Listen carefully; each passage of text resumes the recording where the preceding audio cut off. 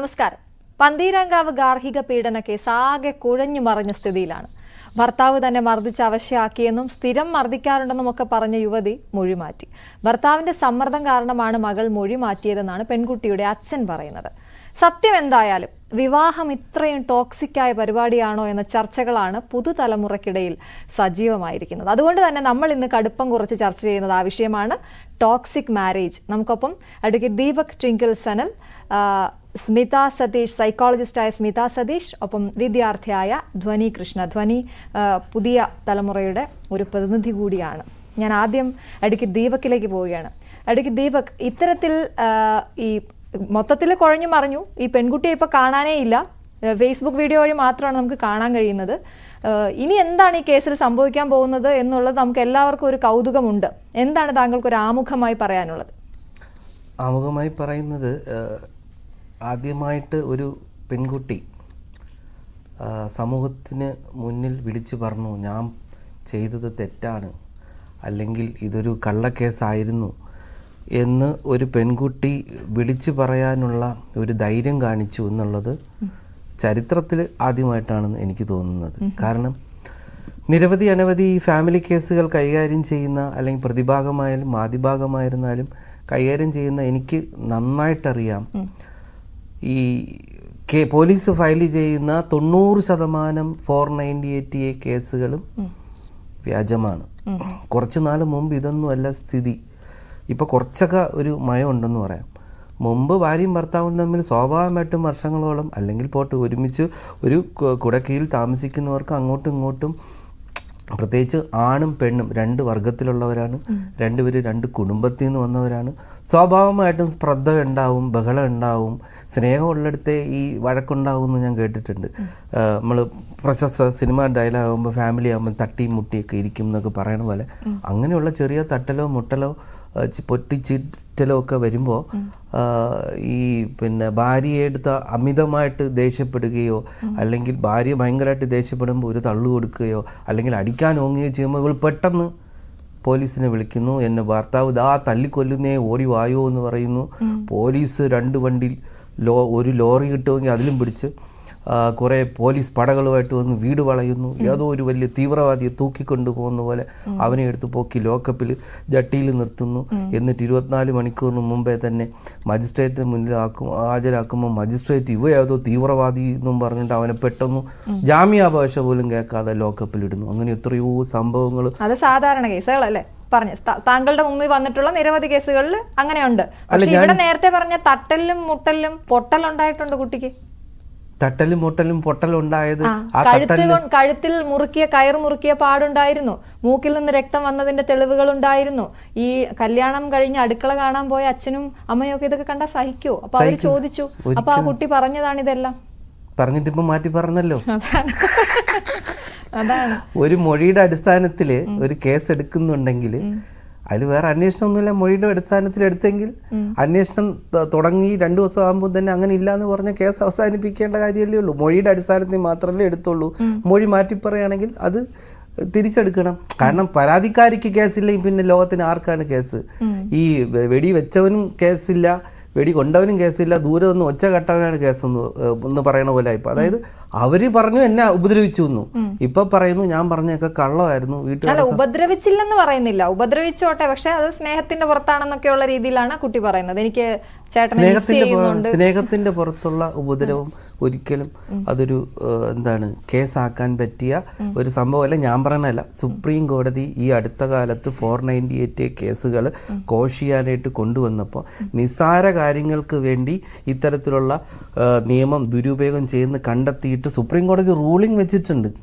എന്തെങ്കിലും ഒരു വഴക്കോ ചെറിയൊരു അടിയോ അല്ലെങ്കിൽ ഉന്തും തള്ളും ഒന്നും 498A കേസിൽ വരത്തില്ല. നിരന്തരമായിട്ട് ഒരു ഉപദ്രവം ഉണ്ടാകണം, അതിന് മെഡിക്കൽ എവിഡൻസ് ഉണ്ടാവണം, അതിന് അതായത് ഒരു വേഗമായിട്ട് എന്നെ കുറേ നാളായിട്ട് എന്നെ ഉപദ്രവിക്കുന്നു എന്ന് പറഞ്ഞിട്ടാണ് മിക്ക 498 കേസിൽ FIR. പക്ഷെ അതൊന്നും പറ്റില്ല എന്ന് സുപ്രീം കോടതി വ്യക്തമായിട്ട് പറയുന്നു. എവിഡൻസ് സ്റ്റേജിൽ ഇതൊന്നും ഭർത്താവിനെ ശിക്ഷിക്കാനുള്ള കാര്യമല്ല, ബിഗിനിങ് തന്നെ കോഷ് ചെയ്യാനുള്ള ഗ്രൗണ്ടാണ്.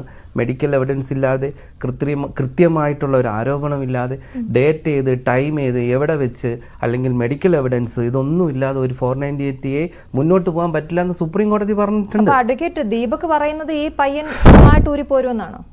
ഊരിപ്പോയെന്നല്ലോ അല്ല, പക്ഷെ നിയമ നടപടികളുമായി പോലീസ് മുന്നോട്ട് പോകുന്നു എന്നൊക്കെയാണ് നമുക്ക് ലഭ്യമാകുന്ന വിവരങ്ങൾ. അതായത് ഒരു വണ്ടി ഓടിക്കൊണ്ടിരിക്കുകയായിരുന്നു, ഫ്രണ്ടിലത്തെ പാർട്ട് ഇളകിപ്പോയി, വണ്ടിയുടെ ഫ്രണ്ട് ഇഞ്ചിൻ മാത്രം ഓടിക്കൊണ്ടിരിക്കും, വണ്ടി സാധനമ്പോൾ അവിടെ തന്നെ നിൽക്കും. അതുപോലെയാണ്. അതായത് 482 CRPC പ്രകാരം ഈ FIR കോഷ് ചെയ്യാനുള്ള അധികാരം ഡിസ്ക്രിഷണറി പവർ ഹൈക്കോടതിക്കുണ്ട്. അത് രണ്ട് രീതിയിൽ ചെയ്യാം. ഈ FIR എന്ന് പറയുന്നത് ഒരു വിധത്തിലും പ്രൈമാ ഫേസി കേസെടുക്കാൻ പറ്റാത്ത ഒരു കാര്യമോ അല്ലെങ്കിൽ ഇതിലൊരു കേസെടുക്കാൻ പറ്റാത്ത മൊഴിയോ ഉണ്ടെങ്കിൽ കോടതിക്ക് ഹർജി പരിഗണിക്കുമ്പോൾ തന്നെ എതിർ കക്ഷിയുടെ ഭാഗം, അതായത് വാദി ഭാഗം കേൾക്കാതെ കോഷ് ചെയ്യാം.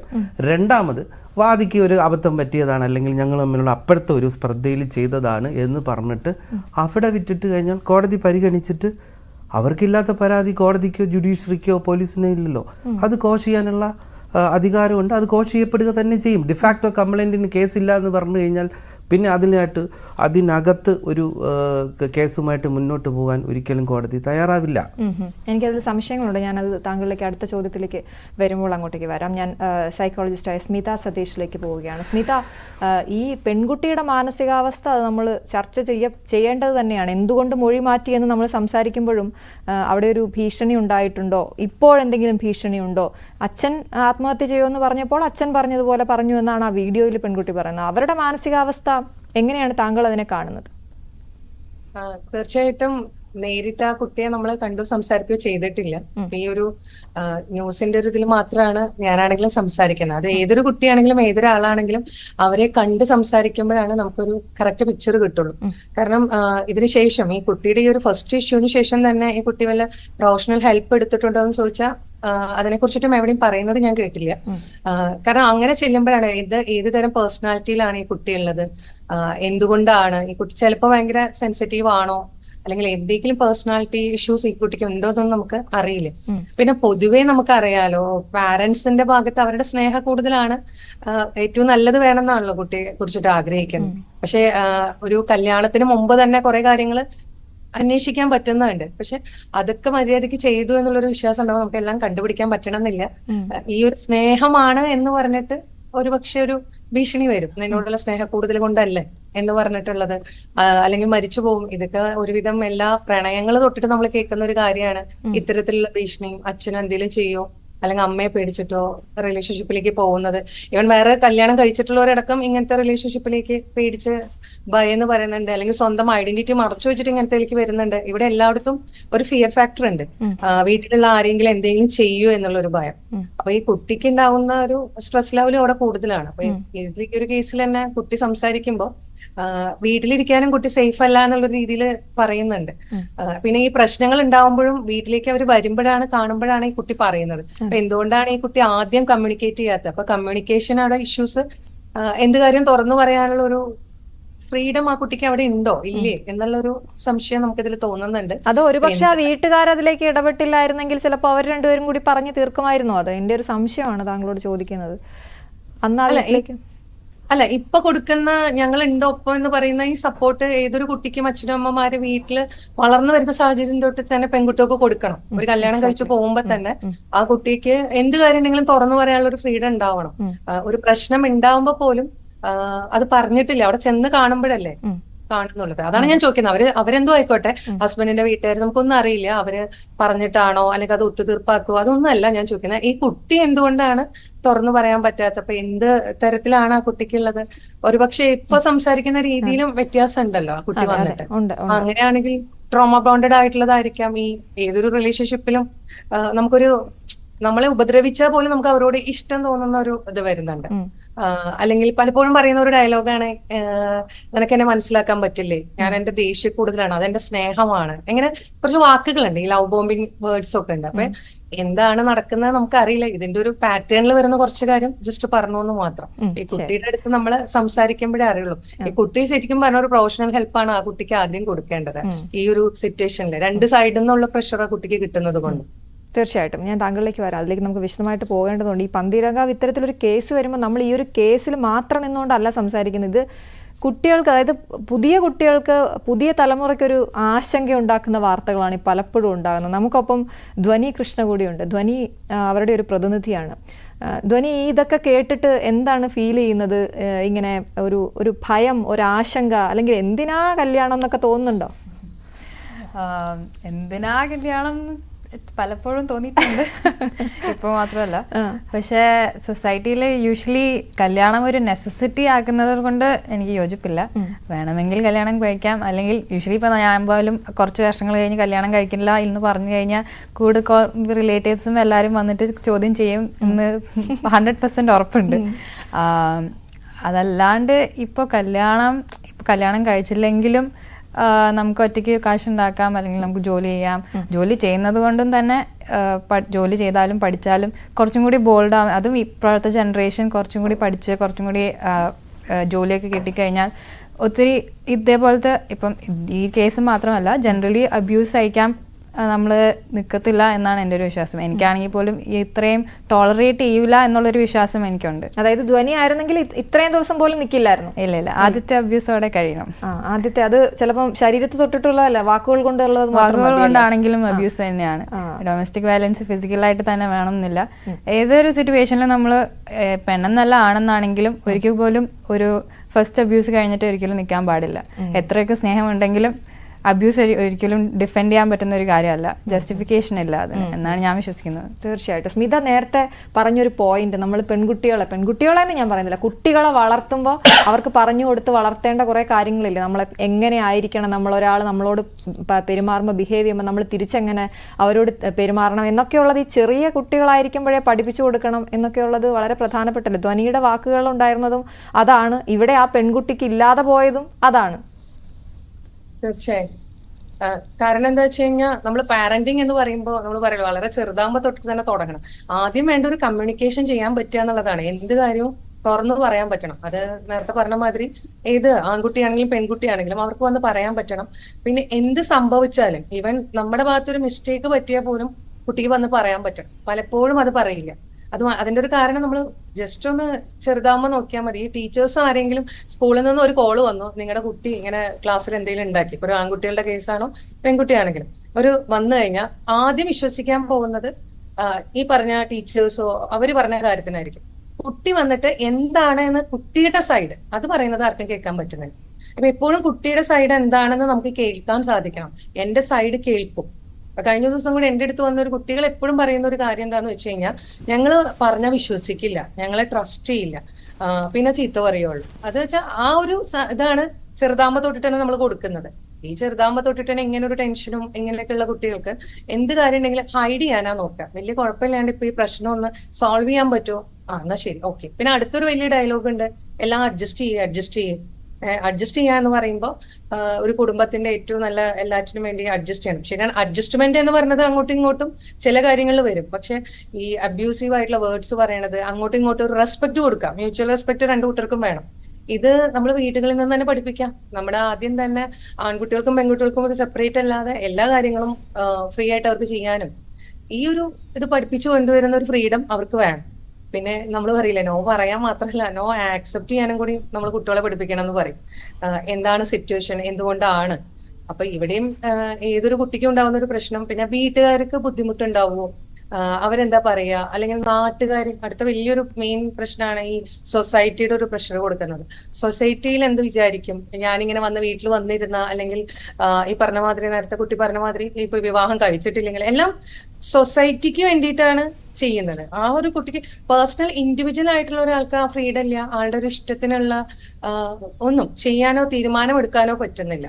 അത് ഇപ്പോഴും ആൺകുട്ടി പെൺകുട്ടി എന്നുള്ളൊരു ഇതില്ലെങ്കിലും ഇപ്പോഴും പെൺകുട്ടികളുടെ ഇടയിൽ ആ പ്രഷർ കൂടുതലായിട്ട് തന്നെയാണ് നമുക്ക് കാണാറ്. കാരണം നമുക്ക് ചെറിയ കുട്ടികളോടാണെങ്കിൽ നമ്മൾ സംസാരിക്കുമ്പോൾ അവർ പറയുന്ന ഒരു കാര്യമുണ്ട്, അമ്മ ഇങ്ങനെ ചെയ്തു, അമ്മ എന്നോട് ഇങ്ങനെ പറഞ്ഞു, അതെന്തുകൊണ്ട് അങ്ങനെ, അമ്മ അതിന് അവരോട് പറയാതിരുന്ന ഈ ക്വസ്റ്റ്യൻസ് ഇപ്പോഴും വരുന്നുണ്ട്.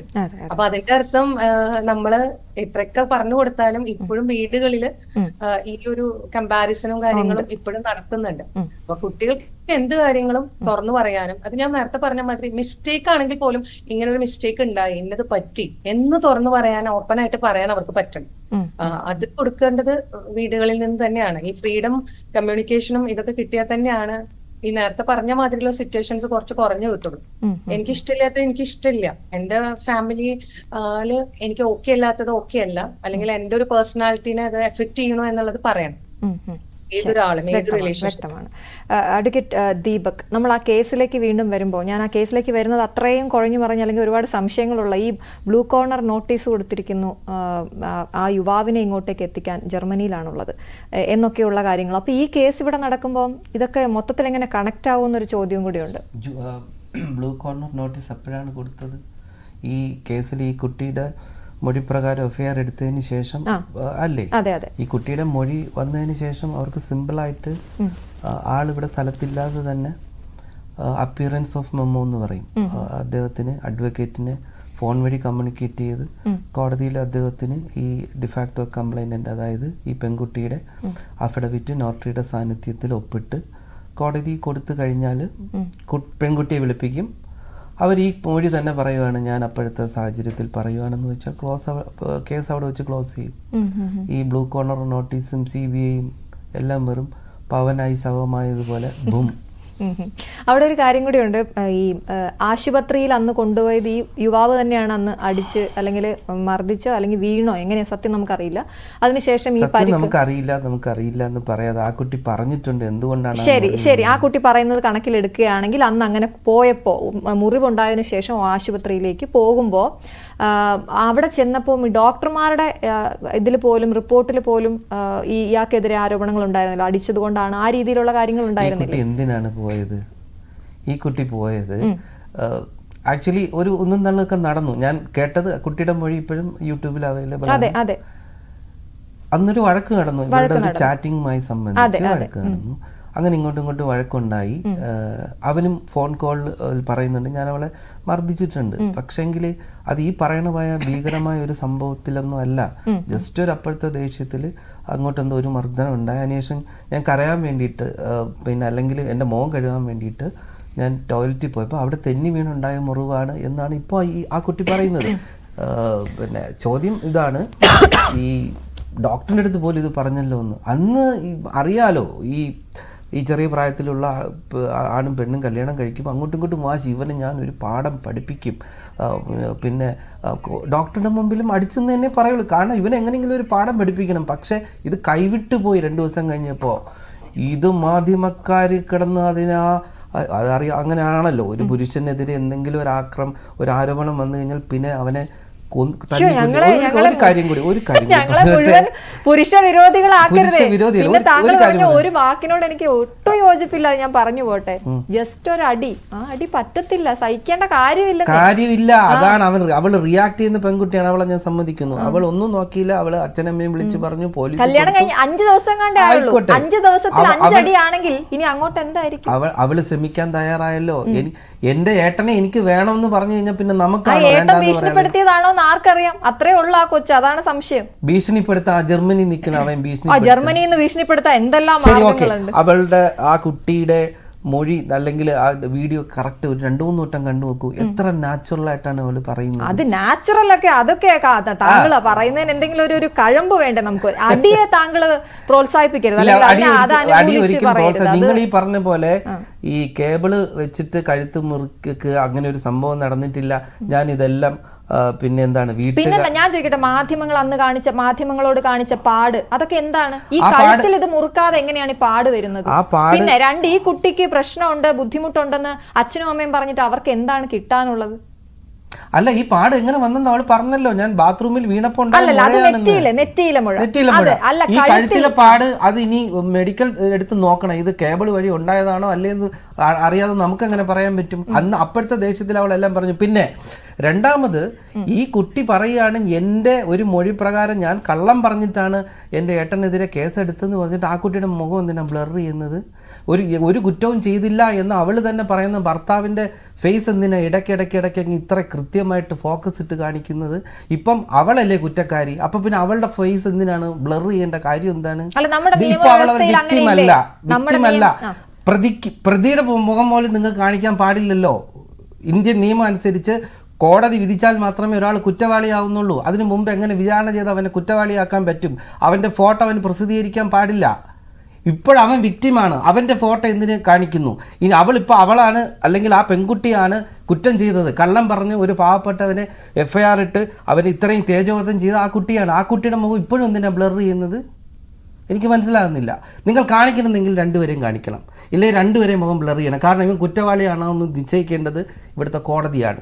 കോടതി കുറ്റവാളി എന്ന് തെളിയിക്കുന്നത് വരെ അവൻ നിരപരാധിയാണ്. അങ്ങനെയാണ് ഇന്ത്യയിലെ നിയമം പറയുന്നത്. അപ്പോൾ പിന്നെ എന്തിനാണ് അവൻ്റെ മുഖം മാത്രം കാണിച്ചുകൊണ്ടിരിക്കുന്നത്? അവൾ ഇപ്പോഴും കുറ്റം ചെയ്തത് ഞാനാണെന്ന് പറയുമ്പോൾ അവളുടെ മുഖം എന്തിനാണ് ബ്ലർ ചെയ്യുന്നത്? ഇതെന്ത് രാഷ്ട്രീയമാണ്, അല്ലെങ്കിൽ ഇതെന്ത് നിയമമാണ്, ഇതല്ലെങ്കിൽ എന്ത് മനുഷ്യത്വമാണിത്? താങ്കൾ പറയുന്നത് പുരുഷനെതിരെ ഇത്തരത്തിൽ നിയമം എടുത്ത് പ്രയോഗിക്കുന്നു എന്നുള്ളതാണ് താങ്കൾ പറയുന്നതിന്റെ അടിസ്ഥാനം. ഞാൻ ആദ്യമേ തുടക്കമേ അത് തന്നെ പറഞ്ഞല്ലോ. ഓക്കെ, എനിക്ക് എന്തായാലും അതിൽ വീണ്ടും സംശയങ്ങളുണ്ട്, ഒരുപാട് കാര്യങ്ങൾ ചോദിക്കാനുണ്ട്. ചെറിയ ബ്രേക്ക് എടുത്തിട്ട് തിരിച്ചു വരാം.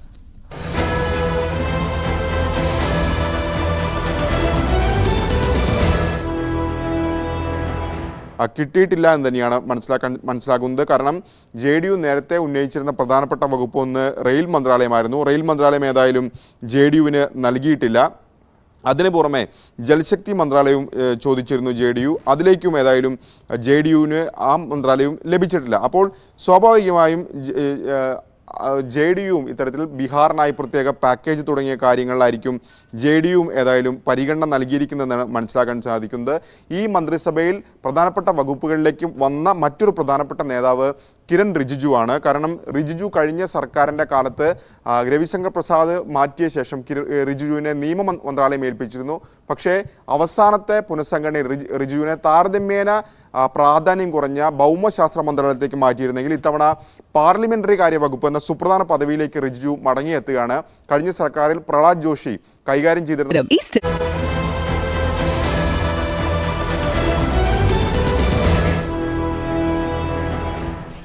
പന്തീരങ്കാവ് ഗാർഹിക പീഡന കേസിലെ യുവതിയുടെ മൊഴിമാറ്റത്തെക്കുറിച്ചാണ് നമ്മൾ സംസാരിച്ചുകൊണ്ടിരിക്കുന്നത്. നമുക്കൊപ്പം അതിഥികൾ തുടരുന്നുണ്ട്. ഞാൻ ധ്വനിയിലേക്കൊന്ന് പോവാണ്. ധ്വനി ആദ്യമേ ധ്വനിയുടെ ഇത് പറഞ്ഞു, നിലപാട് പറഞ്ഞു. ഞാൻ ചോദിക്കുന്നത് ഈ പെൺകുട്ടിയുടെ കാര്യത്തിൽ എന്താണ് ധ്വനിക്ക് തോന്നുന്നത്? ധ്വനി ആയിരുന്നു ആ സാഹചര്യത്തിലെങ്കിൽ എന്ത് ചെയ്യുമായിരുന്നു? കാരണം അച്ഛൻ പറയുന്നത് അറിയാലോ, അച്ഛൻ പറയുന്നത് ഇത് മാറ്റി പറഞ്ഞു. ഇപ്പോഴത്തെ പെൺകുട്ടിയുടെ നിലപാടനുസരിച്ചാണെങ്കിൽ അച്ഛൻ പറയുന്നു ഇങ്ങനെ പറഞ്ഞില്ലെങ്കിൽ ഞാൻ ആത്മഹത്യ ചെയ്യും എന്ന്. എന്നെ സംബന്ധിച്ചിടത്തോളം എവിടെ നിൽക്കും? ആരുടെ കൂടെ നിൽക്കും? പെൺകുട്ടിന്റെ കൂടെ. അതല്ല, പെൺകുട്ടി അവിടെ താങ്കളായിരുന്നുവെങ്കിൽ ആരുടെ കൂടെ നിൽക്കും? അച്ഛന്റെ കൂടെ നിൽക്കോ? അച്ഛന്റെ കൂടെ നിൽക്കും. അച്ഛന്റെ കൂടെ നിൽക്കും. 5 ദിവസം പരിചയമുള്ള ഹസ്ബൻഡിനോടെ അല്ല, വർഷങ്ങളായി വളർത്തിയ അച്ഛനും അമ്മയുമൊക്കെ പറയുന്നത് എന്താണ്, അതും സത്യം എന്താണ്, സത്യത്തിന്റെ കൂടെ നിൽക്കും. അതാണ് മെയിൻ പോയിന്റ്, സത്യത്തിന്റെ കൂടെ നിൽക്കും. ഇപ്പൊ അബ്യൂസ് ചെയ്തിട്ടുണ്ടെങ്കിൽ അബ്യൂസ് ചെയ്തിട്ടുണ്ടെന്ന് തന്നെ പറയണം. അല്ലെങ്കിൽ അതിനുള്ള ഗട്ട്സും കോൺഫിഡൻസും ഉണ്ടായിരിക്കണം. ഏതൊരു പെൺകുട്ടിക്കും അല്ലെങ്കിൽ ആൺകുട്ടിക്കും ആ ഒരു ഗട്ട്സും കോൺഫിഡൻസും ഉണ്ടായിരിക്കണം എന്നാണ് ഞാൻ പറയാം. ഓക്കെ, ശരി. അഡ്വക്കേറ്റ് ദീപക് ട്വിങ്കിളിലേക്ക് ഞാൻ ഒന്നുകൂടി പോവാണ് കേട്ടോ. നമ്മൾ പറഞ്ഞ് അവസാനിപ്പിച്ചെടുത്ത് നിന്ന് നമുക്ക് തുടങ്ങാം. അപ്പം ഈ പുരുഷന്മാർക്ക് വേണ്ടി നിയമങ്ങൾ ഇത്തരത്തിൽ ദുരുപയോഗം ചെയ്യപ്പെടുന്നു എന്നുള്ളതാണ് താങ്കൾ പറഞ്ഞു വന്നത്. അതിനകത്ത് എനിക്ക് ചോദിക്കാനുള്ള മറ്റൊരു കാര്യം, താങ്കൾ പറഞ്ഞു ഈ സ്നേഹത്തിന്റെ പേരിലുള്ള അടി അത് സുപ്രീം കോടതി എന്തൊക്കെയോ പറഞ്ഞു വെച്ചിട്ടുണ്ടെന്നൊക്കെ പറഞ്ഞു. ഈ വിസ്മയ എന്ന് പറഞ്ഞൊരു പെൺകുട്ടി മരിച്ചുപോയല്ലോ, ആ പെൺകുട്ടി ചേട്ടനോട് പറഞ്ഞു ഞാൻ വരുന്നില്ല വീട്ടിലേക്ക്, എനിക്ക് ഇവിടെ ചേട്ടന്റെ കൂടെ തന്നെ നിന്നാ മതി എന്നാണ് ബ്രദറിനോട് പറഞ്ഞത്. അങ്ങനെ പോയിട്ടാണ് ആ കുട്ടിക്ക് ആത്മഹത്യ ചെയ്യേണ്ടി വന്നത്. അതിനെക്കുറിച്ച് താങ്കൾക്ക് എന്താ പറയാനുള്ളത്? അതുകൊണ്ട് ലോകത്തെല്ലാം നടക്കുന്നതെല്ലാം വിസ്മയം അല്ല, ഞാൻ ആ കേസിലാണ് ഞാൻ ചോദിക്കുന്നത്. അവിടെ സ്നേഹത്തിന് വേണ്ടിയിട്ട് ആ കുട്ടി തിരിച്ചു പോയത്.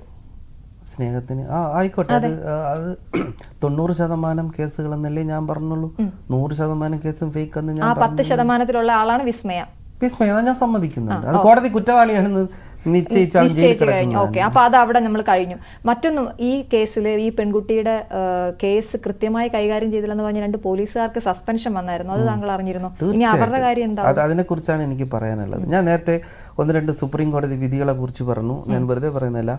ഹഫ്സക് Alam versus state of Jharkhand എന്ന് പറയുന്ന റീസെൻ്റ് ആയിട്ടുള്ള ഒരു കേസിൽ സുപ്രീം കോടതി പറഞ്ഞതെന്ന് വെച്ച് കഴിഞ്ഞാൽ 7 വർഷം വരെ തടവ് ലഭിക്കാവുന്ന കുറ്റകൃത്യങ്ങൾ, എക്സ്പെഷ്യലി 498A ഭർതൃപീഡന കേസുകളിൽ ഭർത്താവിനെ ഒരിക്കലും അറസ്റ്റ് ചെയ്യരുത്. അറസ്റ്റ് ചെയ്യുന്നതിന് മുമ്പായിട്ട് 41A CRPC നോട്ടീസ് കൊടുത്ത് അയാളെ വിളിച്ചു വരുത്തി അയാളുടെ കാര്യങ്ങളും കൂടി കേട്ടിട്ട് ഒരു അതിഭയങ്കരമായിട്ടുള്ള ഒരു ക്രിമിനാലിറ്റി, അതായത് ആ കുട്ടി ഇനി ആ പെൺകുട്ടി ഇവൻ്റെ കൂടെ താമസിച്ചാൽ മരണം ഉറപ്പാണ് എന്നുള്ളൊരു ഘട്ടത്തിൽ, അല്ലെങ്കിൽ ഏറ്റവും ക്രിമിനലായിട്ട് പെരുമാറുന്ന ഒരാളാണെന്ന് പോലീസിന് ബോധ്യപ്പെട്ടാൽ മാത്രമേ അറസ്റ്റ് ചെയ്യേണ്ട കാര്യമുള്ളൂ.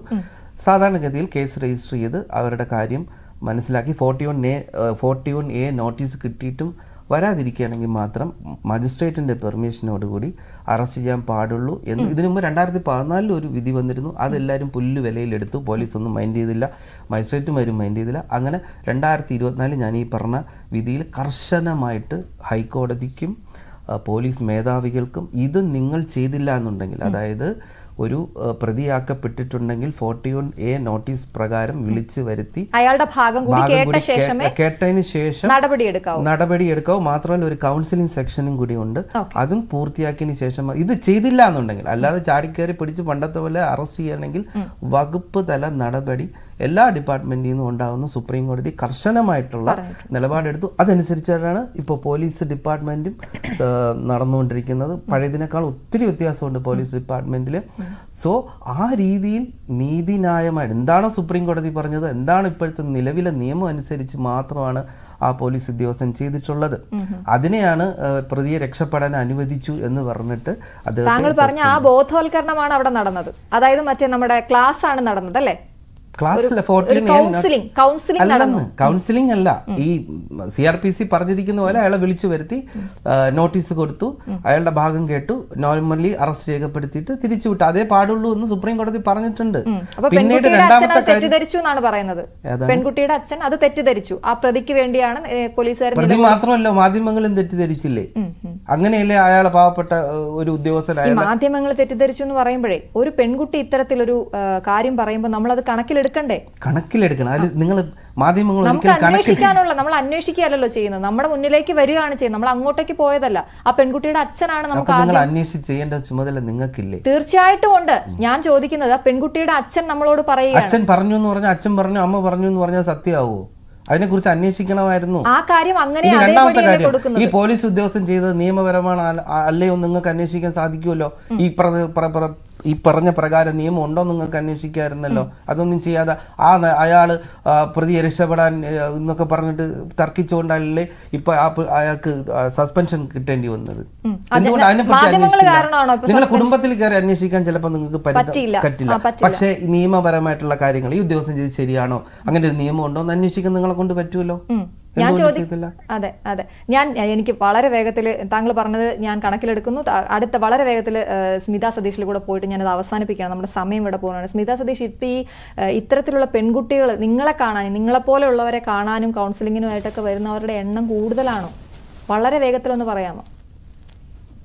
ആക്ച്വലി ഇതുമാതിരിയുള്ള കുട്ടികളിൽ ഈ പറഞ്ഞ മാതിരി പാരന്റ്സിന്റെ ഭാഗത്തു നിന്നുള്ളുണ്ട്. പിന്നെ ഞാൻ നേരത്തെ പറഞ്ഞല്ലോ ട്രോമ ബോണ്ടഡ്, അതൊരു കുട്ടിക്ക് ആ ആളോടൊരു ഇഷ്ടം തോന്നുന്നുണ്ടാവും. ഈ പറഞ്ഞ എന്തെങ്കിലും അവർ തന്നിട്ടുള്ള കുറച്ച് നല്ല മൊമെന്റ്സ് ഉണ്ടാവും. ആ മൊമെന്റ്സിൽ തന്നെ അവര് സ്റ്റിക്ക് ഓൺ ചെയ്തിട്ടാണ് ഇങ്ങനെയുള്ള ചില ആൾക്കാർ സംസാരിക്കുന്നുണ്ടാവാം. ചില കേസസ് അവര് പറയുന്ന അല്ലെങ്കിൽ കൊടുത്ത കുറച്ചു നേരത്തെ ഒരു ലവ് ആൻഡ് കെയർ ഉണ്ടാവും. അത് പിന്നീട് ആലോചിക്കുന്ന സമയത്ത് ചില കേസസിലെ കുട്ടികൾക്ക് ഇങ്ങനെ പറയാറുണ്ട്, എനിക്ക് ഒന്നും കൂടി ഓക്കെ ആക്കാൻ പറ്റുമെന്ന് തോന്നുന്നു, ഞാൻ വീണ്ടും ഒന്ന് പോയാലോ. ഇവൻ ഈ ഫാമിലി കൗൺസിലിംഗിൽ തന്നെ സംസാരിക്കുമ്പോൾ നമ്മൾ നോക്കും അവർക്ക് അത്രയും വേണം. അതിൽ എത്രമാത്രം ഈ പറഞ്ഞ മാതിരി അബ്യൂസീവ് ആയിട്ടും ഈ ഉപദ്രവിക്കുന്ന കേസാകുമ്പോൾ നമുക്കറിയാം അതൊരു ടോക്സിക് ആണ്. അപ്പൊ ആ കുട്ടി അത് മനസ്സിലാക്കി കൊടുക്കുക എന്നുള്ളതാണ് ഏറ്റവും പ്രധാനപ്പെട്ട ഒരു കാര്യം. കുട്ടികളുടെ ഭാഗത്ത് ഇപ്പൊ വളരെയധികം നന്നായി ചിന്തിച്ചാലും ഇപ്പോഴും വരുന്ന കേസസിൽ ഭയങ്കര സെൻസിറ്റീവ് ആണ്. ഇമോഷണൽ സൈഡില് വളരെയധികം വീക്കാണ് ഇപ്പോഴും കുട്ടികൾ എന്നാണ് തോന്നാറുള്ളത്. ശരി, വളരെയധികം നന്ദി. എന്തായാലും നമ്മുടെ സമയം ഇവിടെ പൂർണ്ണമാവുകയാണ്. പക്ഷെ നമ്മൾ ഈ കേസിൽ ഒരു കൺക്ലൂഷനിലേക്ക് എത്തിയിട്ടില്ല എന്ന് പറഞ്ഞുകൊണ്ട് ഞാൻ അവസാനിപ്പിക്കുകയാണ്. കടുപ്പം കുറിച്ച് പൂർണ്ണമാകുന്നു. നമസ്കാരം.